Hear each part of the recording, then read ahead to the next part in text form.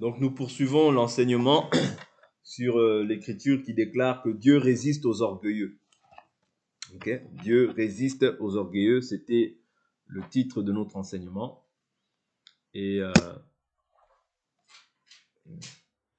titre de notre enseignement, Dieu résiste aux orgueilleux. Nous avions tiré cette écriture dans le livre de Jacques au chapitre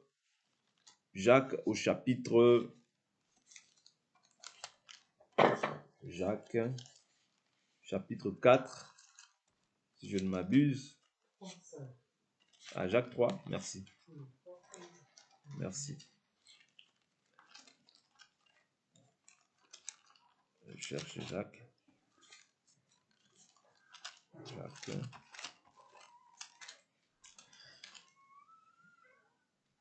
Oui. Non, c'est Jacques 4. Oui, c'est Jacques 4, verset 5. Croyez-vous que l'Écriture dise en vain, Dieu aime jusqu'à la jalousie l'esprit qu'il a fait habiter en vous, mais il donne une grâce supérieure, puisqu'elle dit, Dieu résiste aux orgueilleux, mais il donne sa grâce aux humbles. Soumettez-vous donc à Dieu, résistez au diable, et il fuira loin de vous. Approchez-vous de Dieu, et il s'approchera de vous. Purifiez vos mains pécheurs, et nettoyez vos cœurs âmes partagées. Reconnaissez votre misère, menez deuil, pleurez, que votre rire se change en deuil, et votre joie en tristesse. Humiliez-vous devant le Seigneur, et il vous élèvera. Ne médisez pas les uns des autres, frères. Celui qui médit d'un frère, ou qui juge un frère, médit de la loi, et juge la loi. Or, si tu juges la loi, tu n'en es pas l'observateur, mais le juge. Un seul est législateur et juge, celui qui peut sauver et perdre. Mais toi, qui es-tu qui juge le prochain? Amen. Donc, nous avions tiré notre enseignement de cette écriture-là. Vous voyez, que Dieu résiste aux orgueilleux. C'est-à-dire que quand Dieu résiste, nous avons vu déjà la définition de l'orgueil. C'est une estime excessive de soi, un sentiment exagéré de sa propre valeur et qui porte à se mettre au-dessus des autres. Voyez, donc on ne va pas tout relire. On a vu que la fierté est différente, ou bien la fierté est différente de l'orgueil. La fierté, c'est une estime qu'on a de soi, ou bien de ce qu'on peut faire, ou bien de ce que nous avons comme travail, ou bien les qualités que nous avons. Vous voyez, donc c'est différent de l'orgueil. L'orgueil te pousse en fait à diminuer les autres. En fait, quand on est orgueilleux, c'est qu'on a aussi une très petite estime de soi-même, c'est-à-dire qu'on prend en fait, on prend un malin plaisir, si on veut dire ainsi, à pouvoir dévaloriser les autres pour grimper quelque part sur eux. Or, un enfant de Dieu ne doit pas agir ainsi. Vous voyez? C'est-à-dire, un enfant de Dieu ne doit pas chercher à se mettre au-dessus des autres. Non. Un enfant de Dieu doit chercher toujours l'humilité. Vous voyez? Mais maintenant, moi, je dis toujours que dans les choses de Dieu, même dans les choses de Dieu, il y a une forme de hiérarchie. Mais la hiérarchie ne n'est pas comme celle du monde. Non.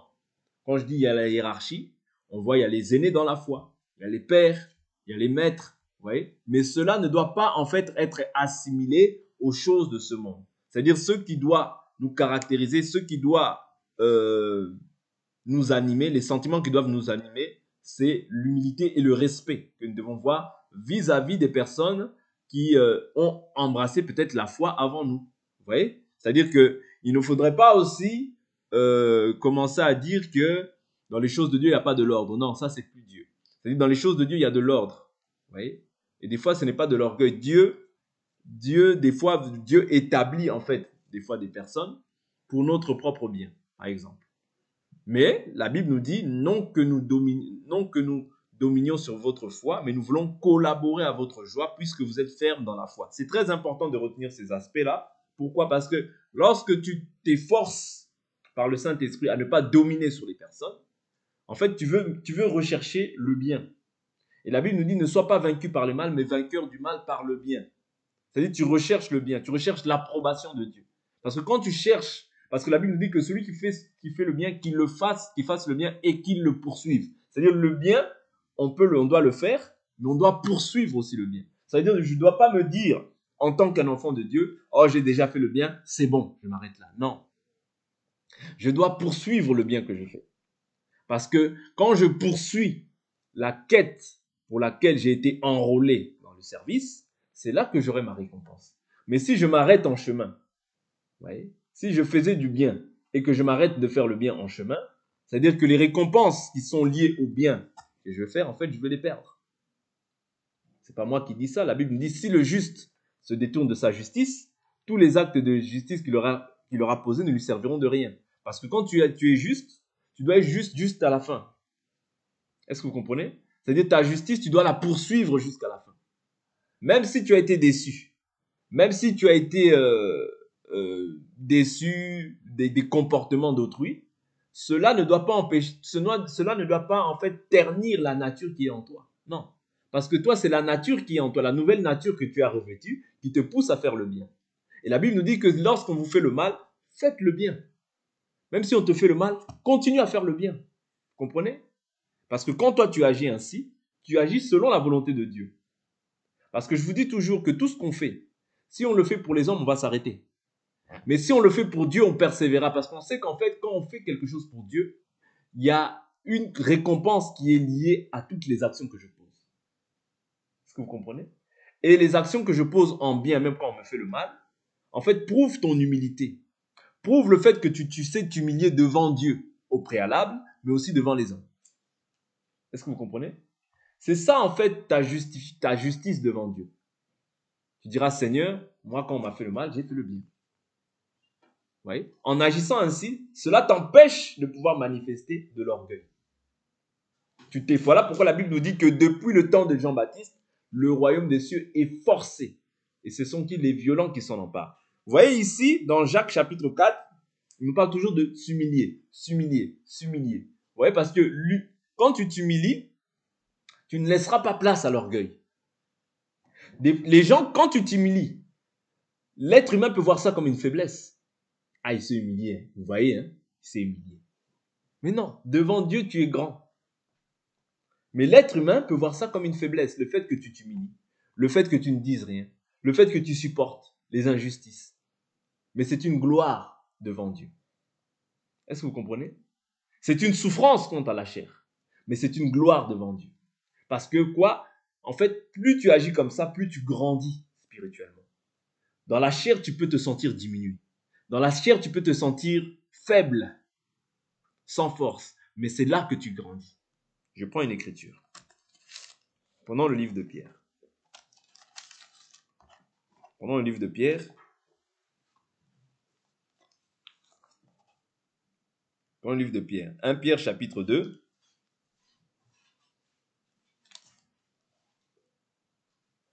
Je prends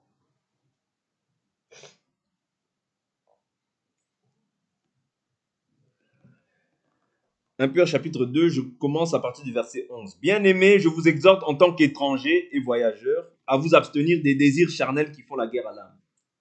L'orgueil, c'est un désir charnel, nous sommes d'accord? C'est un désir qui est lié à la chair et ce n'est pas, c'est-à-dire ce ne vient pas de Dieu. Okay? Au milieu des païens, ayez une bonne conduite afin que là où ils vous calomnient, comme faisant le mal, ils voient vos œuvres bonnes et glorifient Dieu au jour de sa visite.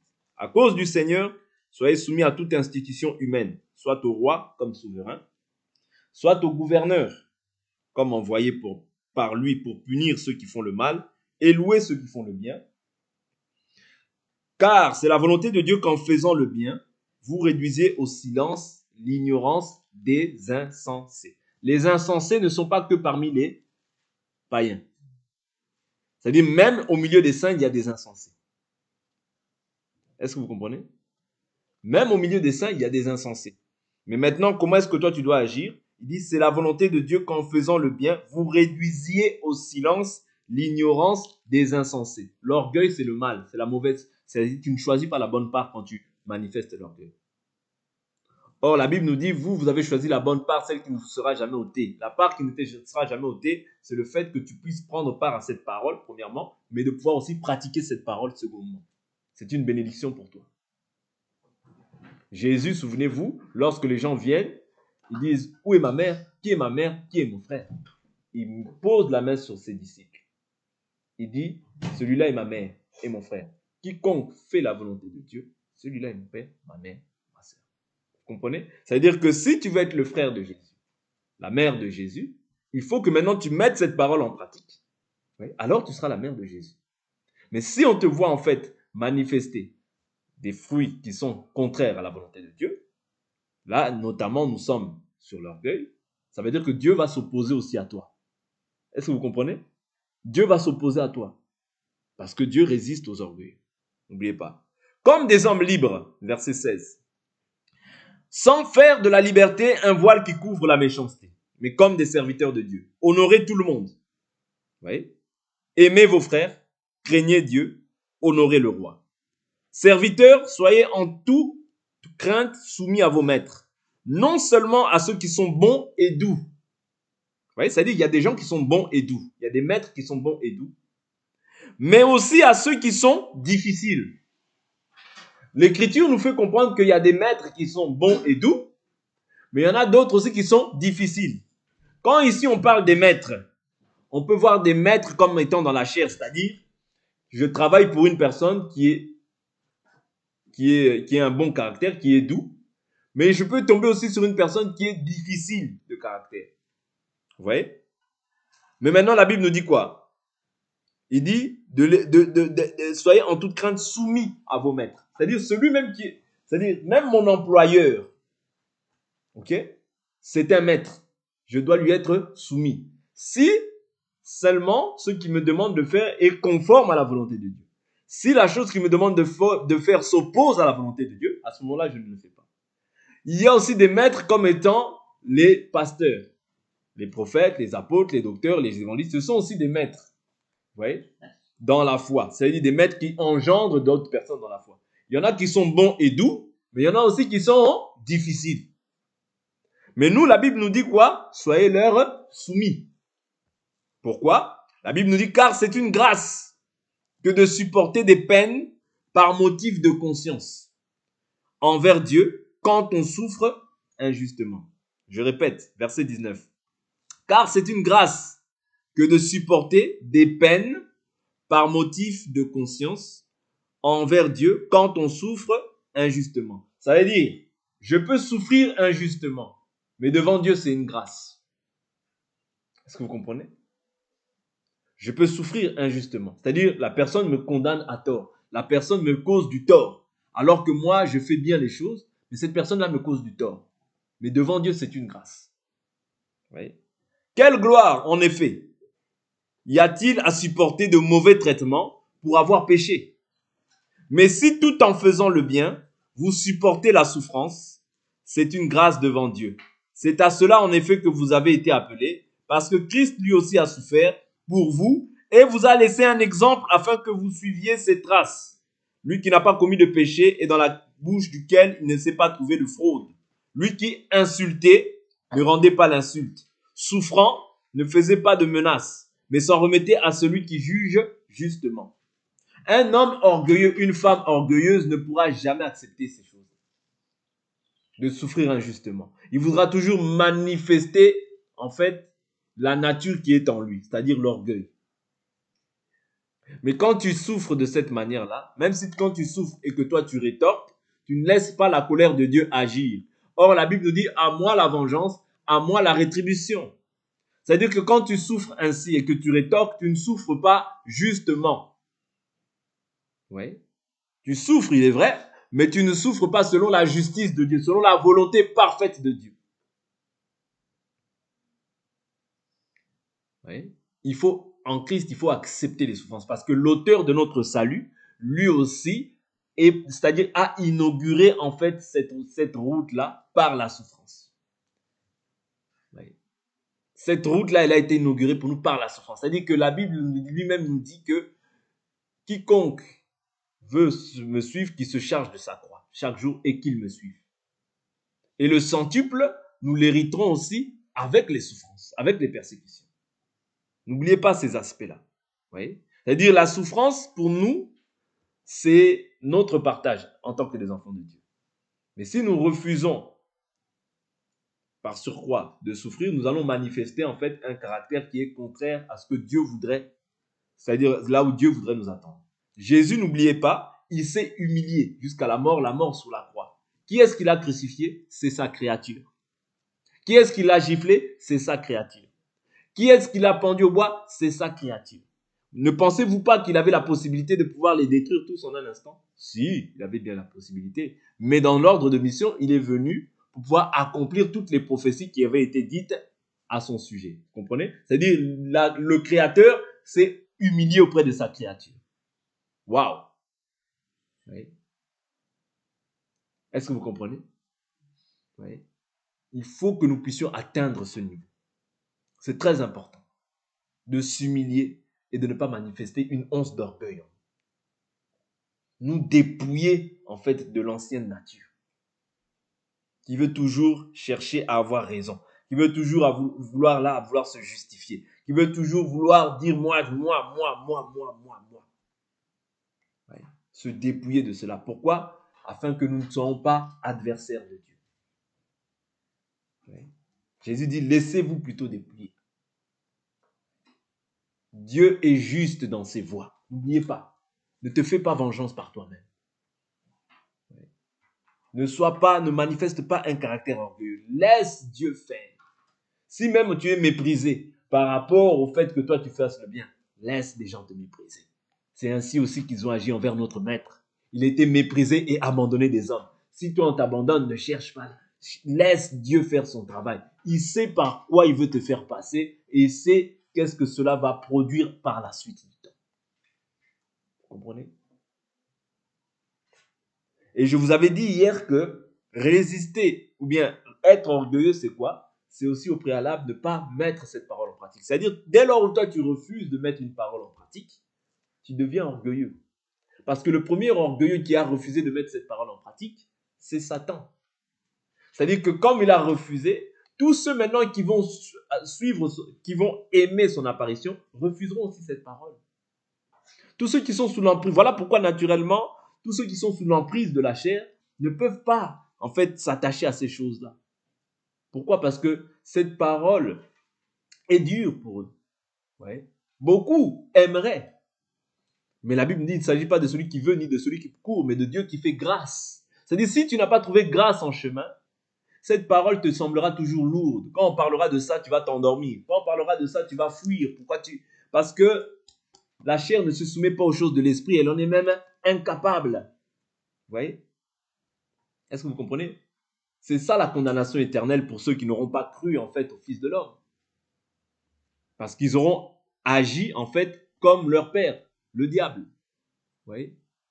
Et toi, quand tu t'efforces, même lorsque l'injustice se manifeste, tu t'efforces à pouvoir pratiquer la parole, là tu verras Dieu. Là tu es sur la bonne voie. Là tu empruntes le chemin étroit que tous ne veulent pas emprunter.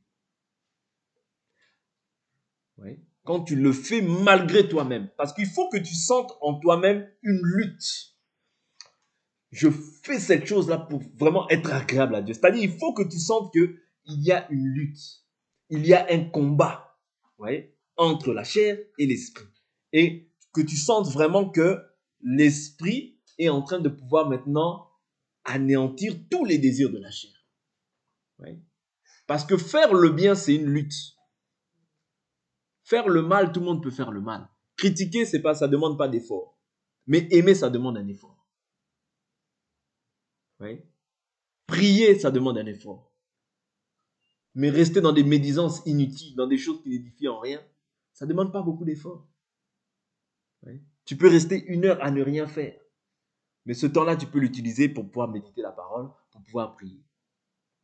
Là, ça va être quelque chose de difficile. Ta chair, tu vas commencer directement, il y aura autre chose. Vous voyez? C'est-à-dire que s'attacher aux choses d'en haut, c'est quelque chose de difficile. Ouais. C'est quelque chose de difficile. Mais pas impossible. Pourquoi? Parce que Dieu nous a revêtus de son Saint-Esprit afin de crucifier les désirs de la chair. Manifester l'orgueil, c'est facile. Manifester l'humilité, c'est difficile. Quand on t'humilie, quand on t'injurie, mais tu arrives à passer au-delà de ça, tu es sur la bonne voie. Je te dis la vérité. Étant un enfant de Dieu, quand tu es insulté, quand tu es méprisé, quand tu es négligé, mais tu arrives à faire abstraction de toutes ces choses-là et aller de l'avant, mon frère, ma soeur, sachez que nous sommes sur la bonne voie quand nous agissons ainsi. Et c'est là que Dieu nous attend. Parce que Jésus a été méprisé, abandonné des hommes. Lui qui insultait, ne rendait pas l'insulte. Pourquoi? Parce que s'il insultait, nous n'aurions pas été rachetés. Parce qu'il aurait commis le péché. Il y aurait eu quelque chose du diable en lui, n'est-ce pas? Comment il aurait pu racheter en fait des personnes qui sont dans le péché? Il n'aurait pas pu. C'est-à-dire le diable a suscité toute cette adversité-là pour qu'il puisse pécher et qu'il ne puisse pas aussi nous racheter. Vous comprenez? Ça veut dire de la même manière, toi aussi, si tu veux voir le ciel, il faut maintenant que tu puisses mettre au pied du Seigneur tout ce qui peut être encore une source de une source de faiblesse, tout ce qui peut en fait te faire encore trébucher. Il faut que tu répandes ton cœur au devant du Seigneur afin que Dieu te donne maintenant la victoire sur toutes ces choses. C'est très important. Ne néglige pas la chair parce que la chair va toujours t'emmener en fait à faire ce qui est contraire à la volonté du Seigneur. Voilà pourquoi cette chair, Paul dit, je traite durement ma chair. Je la maintiens assujettie. C'est-à-dire, tu dois maintenir ta chair assujettie à ton esprit si tu ne veux pas manifester cela. Sinon, que tu le veuilles ou non, tu finiras par manifester en fait ces choses. Vouloir ou pas. Vous voyez, parce que si tu ne te fais pas violence, tu vivras en fait comme toute personne. Et ce n'est pas à cela que Dieu nous a appelés à vivre. Dieu nous a dit, marchez par l'esprit, vous n'accomplirez pas les désirs de la chair. Okay? Prenons une autre écriture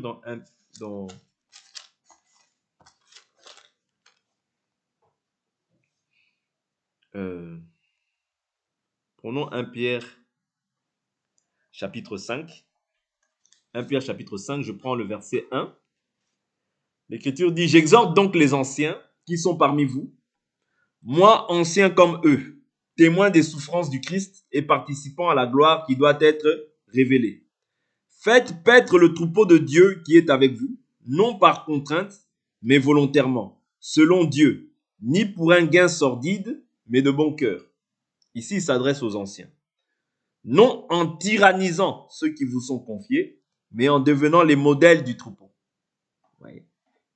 Et lorsque le souverain pasteur paraîtra, vous remporterez la couronne incorruptible de la gloire. De même, jeunes gens, soyez soumis aux anciens dans vos rapports mutuels. Revêtez-vous tous d'humilité, car Dieu résiste aux orgueilleux, mais il donne sa grâce aux humbles. Humiliez vous donc sous la puissante main de Dieu, afin qu'il vous élève en temps voulu. Vous voyez? C'est-à-dire qu'ici, il répète en fait cette écriture. Mais c'est-à-dire il s'adresse aux anciens, premièrement, parce que c'est eux qui doivent diriger.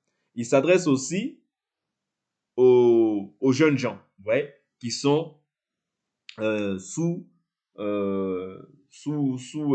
pied, en fait, de ces anciens-là. Ouais, qui sont au pied de ces anciens-là.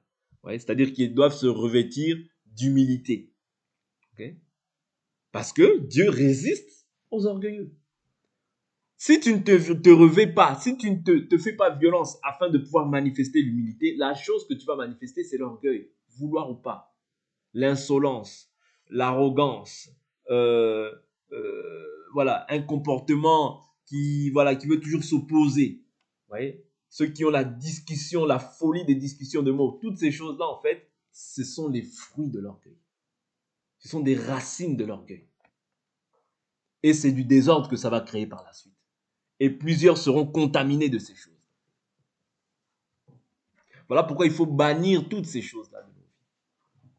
Mais tu ne peux que les bannir par la parole. Oui. Si tu as la parole en abondance, oui.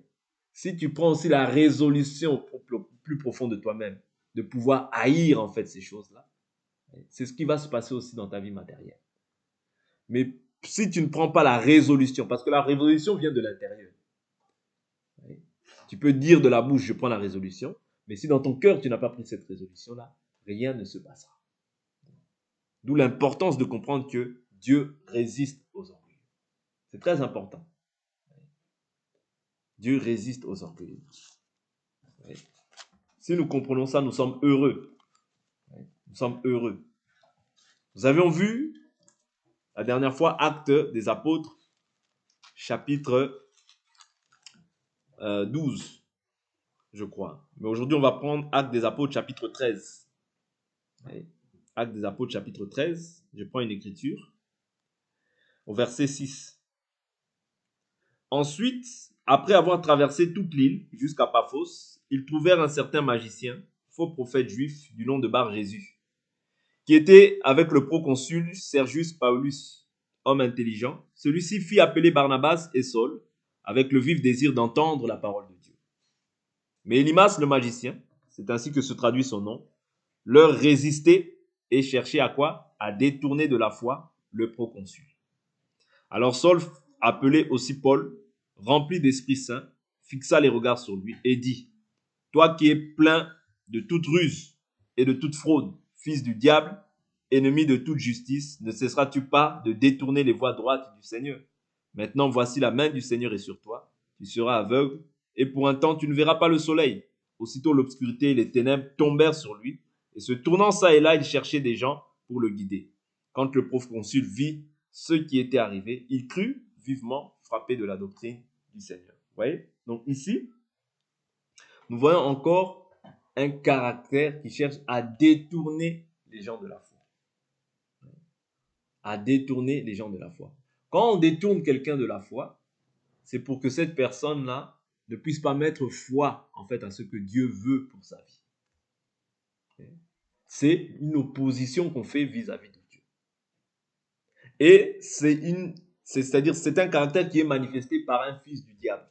Voilà pourquoi nous aussi, étant des enfants de Dieu, parce que ici, Élymas c'était un magicien, mais lorsque nous aussi nous agissons ainsi, sachons que c'est l'orgueil qui se manifeste. Parce que ces sentiments-là peuvent aussi grandir en nous. Détourner quelqu'un de la foi. Semer le trouble, la discorde, la haine, la jalousie, tout ça, ce sont en fait des racines de l'orgueil. Ici, je pris simplement cet enseignement pour nous faire comprendre que tout désir, en fait, tout désir exagéré de la chair, quand je dis tout désir exagéré, parce que je vous ai expliqué la dernière fois que ce n'est pas tout désir de la chair qui est un péché. Manger, c'est un désir de la chair, ce n'est pas un péché. S'habiller, c'est un désir de la chair, ce n'est pas un péché. Mais lorsque je mange en excès, ça devient un péché. Lorsque je fais des vêtements un dieu, ça devient un péché. Vous comprenez? Ça veut dire tout désir de la chair qui est utilisé à outrance de manière excessive, ça devient aussi un péché.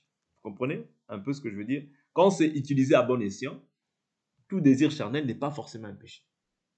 Mais quand c'est utilisé dans l'excès, ça devient un péché. Mais ici, je veux simplement nous faire comprendre que tout désir charnel, en fait, est poussé, premièrement, par l'orgueil. Pourquoi? Parce que ça s'oppose à la volonté de Dieu. Je prends un exemple. Vous voyez, nous pouvons nous réunir. Par exemple, le fait de se réunir pour partager la parole, c'est quelque chose de bien. Et nous devons poursuivre ce bien-là. Parce que la Bible nous dit que celui qui fait le bien, fasse le bien et qu'il la poursuive. C'est quelque chose de bien. Pourquoi? Parce que nous nous réunissons pourquoi? Pour la gloire de Dieu. Pour écouter la parole de Dieu. Pour que Dieu nous corrige. Pour que Dieu nous façonne. Pour que Dieu nous taille, nous transforme et qu'il puisse nous donner en fait la forme qu'il veut. Vous comprenez? Parce que le but, c'est ça. Le but, c'est que nous puissions atteindre la stature parfaite de Christ. Que nous ayons une même foi, une même pensée, une même âme, un même cœur, un même esprit. Vous comprenez? C'est quelque chose de bien. C'est-à-dire que si quelqu'un maintenant vient et nous détourne en fait de ce culte, vous voyez, c'est de l'orgueil, vouloir ou pas. Pourquoi? Parce que c'est s'opposer à la parole de Dieu. Or, Dieu dit, c'est-à-dire que quand Dieu dit, moi je ne peux pas dire quelque chose d'autre. Parce que quand Dieu dit, c'est oui et amen. Je ne peux pas ajouter, je ne peux pas retrancher. Vous comprenez? Si j'ajoute, c'est l'orgueil. Si je retranche, c'est aussi l'orgueil. Vous voyez? Voilà pourquoi même les faux prédicateurs ou bien les faux bergers, eux, qu'est-ce qu'ils font? Ils ajoutent. C'est l'orgueil. À cause de cet orgueil-là, ils seront condamnés. Ils subiront aussi la condamnation qui est liée à cet orgueil parce que tu ne peux pas ajouter, tu ne peux pas non plus retrancher. Tu dois rester en fait dans l'évangile tel qu'il a été enseigné pour ton salut. Vous comprenez? Est-ce que vous comprenez? C'est ça même qui fait que, c'est ça qu'on appelle aussi le levain. Un peu de levain fait lever toute la pâte. Vous comprenez? D'où l'importance que nous comprenions que le levain est lié à quoi? Est lié au fait de ne pas vouloir demeurer dans l'écriture. Et c'est de l'orgueil, selon Dieu. Vous comprenez? Parce qu'on a vu un Timothée qui nous dit que ceux qui n'enseignent pas ainsi, vous voyez, ils sont enflés d'orgueil. Là, il ne parle même pas d'orgueil, il dit enflés d'orgueil. Ouais, enflés d'orgueil. Ils ont la maladie des disputes des mots. De là naissent comment? L'envie. Vous voyez? De là naissent l'envie. Les rivalités, toutes ces choses-là, ça naît de là. Vous comprenez? C'est très important de comprendre que dès lors où j'ajoute, c'est l'orgueil qui m'anime. Dès lors où je retranche, c'est aussi l'orgueil qui m'anime. Pas un autre esprit. Voilà pourquoi même quand Dieu pose le commandement dans le jardin,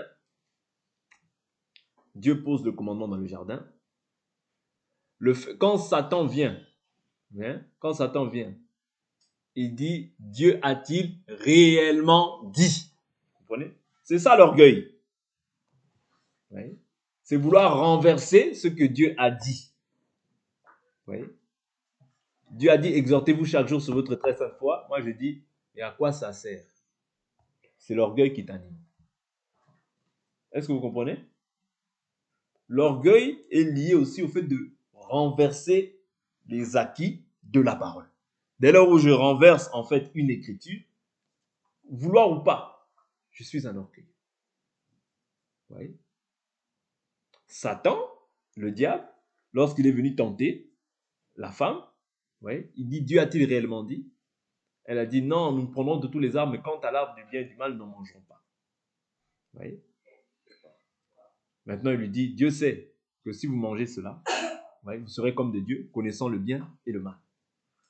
Mais à cause de cela, il a subi aussi la condamnation. Il a dit, tu marcheras sur ton ventre tous les jours de ta vie.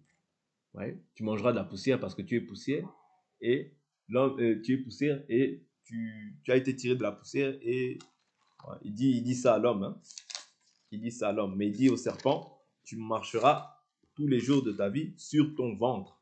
Et nous comprenons que les serviteurs du ventre, vous voyez, qui sont les faux serviteurs de Dieu, eux, en quoi est-ce qu'ils ajoutent?